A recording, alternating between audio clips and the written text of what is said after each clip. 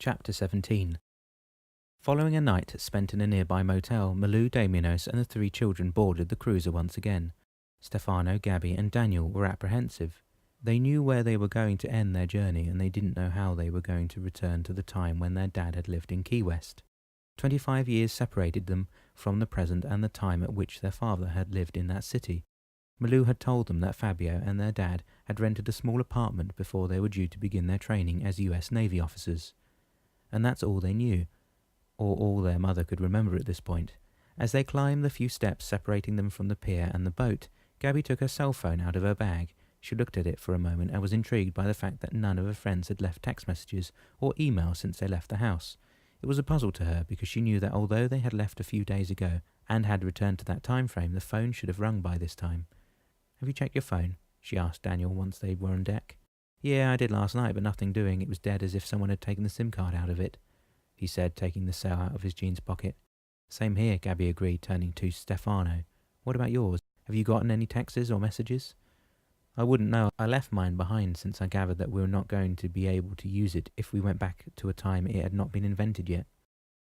"Oh well, there goes my plan to phone my friends then," Gabby said, shrugging her shoulders. "How did people live without being able to communicate, I wonder?" Damianos had been listening to the exchange without saying a word, but now he felt it was time to remind the 3 of them of something they seemed to have forgotten in the last day or so. "No need to worry, Gabby," he said. "We are travelling in a time, at the moment at least, when cell phones and your usual electronics are available, but we are only virtually here. In reality, time has stopped the minute you stepped out of your house in Davie and began your journey, so none of your gadgets will function until you go home." "Drat," Daniel exclaimed. "What about my Xbox and my game partners? Does that mean I won't be able to play for 25 years? You've got to be kidding me." "I knew that was going to come up sooner or later," said Malou, who had been watching her children's little debate. "As Damianos said, this is all virtual reality, such as your dad and I travelled everywhere in our imagination during our first trip. We're now travelling through the past, and nothing of what you will experience will exist except in the time frame and place you visit." "What about some music?" Stefano asked, examining some of the instruments on the panel of the wheelhouse. "Do any of those connect with a radio of some sort?" He looked at Damianos. "Well, I think you're in luck in that regard, Stefano. None of these instruments are going to find you any joy, I'm afraid. But below deck, you'll find a portable radio that will probably capture some of the local station." "What about TV? Any around?" Daniel asked. "Unfortunately, no, but I think what you're going to experience before we reach Key West is going to be as entertaining as any TV program," Damianos replied, cracking a devilish smile. "And as for shopping," Malou put in, looking at her daughter, "I think you'll have to refrain from doing any of it for a while unless you want to go totally retro." She laughed at the thought of seeing Gabby wearing clothes she had worn herself 25 years ago. "And I suppose watching a basketball game anywhere is out of the question too," Stefano remarked, probably thinking of all the games he would be missing. "Just think about it this way, Stefano," Damiano said. "You won't be losing any time since you're going to go home the same day you left." He looked around him at the 3 resigned faces and chuckled. "This isn't funny, Damianos," Daniel said. "What are we supposed to do to kill time for 25 years then?" "How about we start by getting out of here and out to sea?" Damianos replied. "Oh, all right, that's better than nothing, I suppose," Daniel said, turning toward the helm. "How about untying the mooring lines then?" He looked at Stefano. "Aye, aye, skipper," the latter replied, already jumping onto the pier and going toward the aft of the boat. As soon as they were out of the marina and sailing against the easterlies that seemed particularly strong this morning, Malou and Gabby retreated below deck while Stefano, with his brother and Damianos on the upper deck, watching the ever-so-gentle swell increase gradually before their eyes. The next morning when Dan woke up, his spirit was up. Nicole's visit had restored his confidence and willpower. He knew Malou was on her way, and that's all that seemed important to him. He only had to wait for her arrival, or so he thought. Once he had showered and was dressed, he went to the kitchen to find Gustavo, his eyes travelling through the want ads in the paper. "Anything promising?" Dan asked, going to the counter and grabbing a mug out of the cupboard. "Do you want coffee?" He turned to Gustavo while pouring himself a cup out of the coffee pot. "Yeah, if you're having one," Gustavo replied distractedly. He lifted his gaze to Dan. "What do you think about me driving a truck?" "If you like driving, that sounds good," Dan replied, bringing the 2 mugs to the table and sitting down beside his friend. "But sometimes you'd be on the road for days." "Yeah, and I think that would be good for me. It would be better for me than me staying cooped up in this town." He grabbed the mug nearest to his hand and took a sip. "And since I was driving army trucks during one of my tours, I've got some experience that should count for something." He looked at Dan again. "What do you say?" Well, I say you should apply for the job. Besides, I don't think your babysitting job will be lasting that long. What makes you think that? Gustavo asked, staring at Dan. Have you got some news from Nicholas? Dan shook his head. No, not from him, no. He took a sip of his coffee. But I saw my sister last night.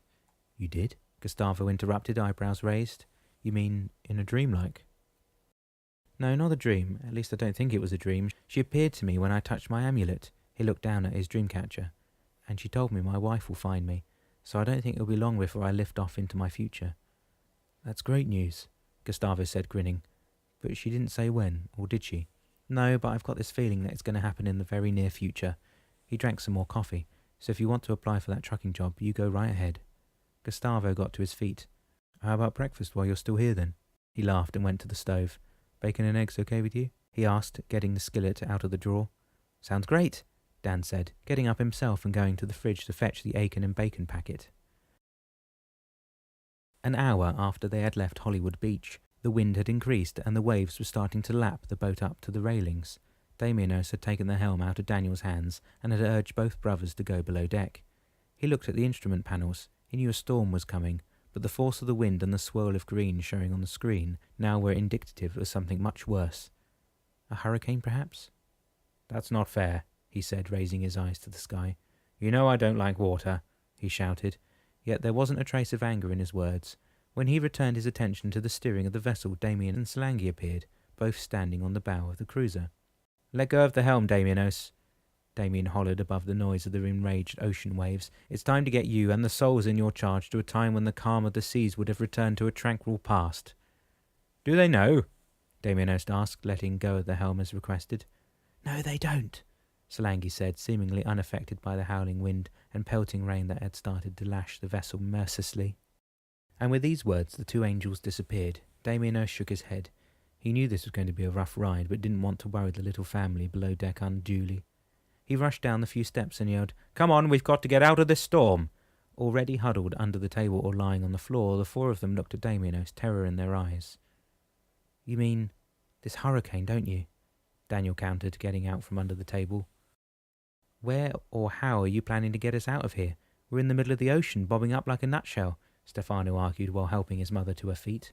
You'll soon find out about the power of God, Stefano, and now it's about time for you to obey his command. You come up on deck, all of you, unless you want Hurricane Anthony to swallow you. The tone in Damianos' voice left no doubt in their minds. Their cat was serious and in no mood to be questioned. As soon as the five of them were assembled on deck, holding on to each other and on their knees, a gust of wind enveloped and captured them into a vortex that transported them into space and time. The ride was rough, all right. They sped at incredible speed through a myriad of images, some of which Malou or her children could recognise at a glimpse, while some others they couldn't place, but most of which were passing before their eyes too fast to catch anything out of their memory. They were then stretched, flying through a veil of fog that prevented them to see or feel where they were going. Gradually, the speed at which they were travelling decreased, and soon they landed back on the deck of their vessel. The ocean was once again calm, and Miami Beach was in sight. Hesitant at first, they lifted their gazes and looked around them in awe. The boat was now an elegant cabin cruiser of the mid-1950s. They rose to their feet and were astonished to see that the deck on which they stood was covered of cedar planks. The railings near at hand was old but polished to a gleaming shine, and that the wheelhouse stood proudly at their back, resembling that of an old cabin cruiser of times long forgotten by most sailors. A half an hour later, and as soon as Damianos was alone, having sent the family below deck, he looked around him. They were approaching Miami Beach Pier, and a smile appeared on his lips. It's time to give them a little taste of what they missed, he said to himself, snapping his fingers. Still stunned by their recent experience and dressed beyond recognition, Malou and the three children emerged from the cabin below. That doesn't look like the Miami Beach I know, Stefano remarked, stepping on deck first. What date is this? Don't tell me people dressed like this 25 years ago, Gabby said, following her brother. I look absolutely ridiculous. Oh, no, you don't, Gabby, Damianos said, looking at her rose crinoline hat and her very feminine summer dress. You look perfect, actually. He turned to Stefano. And to answer your question, the date is July 15th, 1950. As she made it up the stairs, Malou cracked up laughing. Her white hat and beautiful pleated dress suited her to a T. I love it, Damianos, but do tell me, what are we doing so far back in the past? Yeah, I can hardly wait to hear the answer to that one, Daniel rejoined, finally emerging on deck, too. I thought you might like to see what sort of entertainment Damien and Salangi had planned for you. He paused and smiled. You see, your dad always had a desire to restore vintage cars and did in fact restore quite a few. You mean like the roadsters we see on TV? No, Daniel, your dad restored some of the finest cars on Earth. One of these was a Rolls-Royce and another was a Bentley, so we thought it might be fun for you to see where these cars came from and live a few hours of the time when these fine vehicles were travelling the streets of Miami Beach. But why are we dressed like this? Gabby asked again. Are we going to church or something? This time, Damien scuffed. No, dear Gabby, we're going to have high tea in one of the most elegant tea rooms in the city. There you will also have a chance to dance a few steps with your brothers. You mean like ballroom dancing? Yes, my dear, exactly like it. Damien seemed very pleased with this little planned interlude.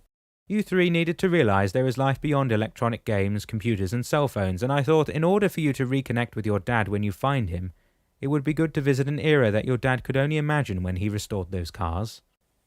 If you're trying to get us to throw our cell phones overboard, Damien, I don't think you're succeeding, Daniel said, chuckling. Not my intention in the least. They won't work anyway, as I have explained, but I think you're in for a treat nonetheless.